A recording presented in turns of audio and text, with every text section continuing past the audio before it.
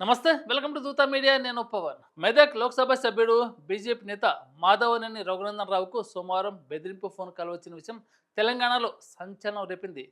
Peoples war మావోయిస్టుల పేరుతో వాగంతకుడు సాయంత్రంలోగా రఘునందన్ రావును చంపేస్తామని హెచ్చరించాడు.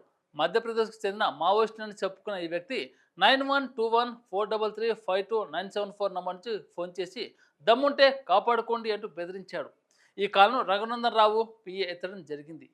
ఈ సంఘటన సోమవారం మేడ్చల్ జిల్లాలోని దమ్మాయిగూడలో రఘునందన్ రావు అభివృద్ధి కార్యక్రమంలో పాల్గొంటున్న సమయంలో చోటు చేసుకుంది. వెంటనే అప్రమత్తమైన రఘునందన్ రావు తెలంగాణ డీజీపీ జితేందర్, సంగారెడ్డి ఎస్పీతో పాటు ఇతర ఉన్నతాధికారులకు ఫిర్యాదు చేశారు. ఈ ఫిర్యాదు ఆధారంగా పోలీసులు కేసు నమోదు చేసి దర్యాప్తు ప్రారంభించారు. ఈ ఘటనపై బీజేపీ అగ్రనేతలు రఘునందన్ రావుతో ఫోన్లో మాట్లాడి పూర్తి వివరాలు తెలుసుకుంటున్నారు. ఈ బెదిరింపు కాల్ వెనుక ఉన్న వాస్తవాలను బయటకు తీసేందుకు పోలీసులు తీవ్రంగా దర్యాప్తు చేస్తున్నారు. ఈ సంఘటన తెలంగాణ రాజకీయ వర్గాల్లో తీవ్ర చర్చనీయాంశంగా మారింది. ఇలాంటి అప్డేట్ కోసం చూస్తూనే ఉండండి దూతా మీడియా. Thank you.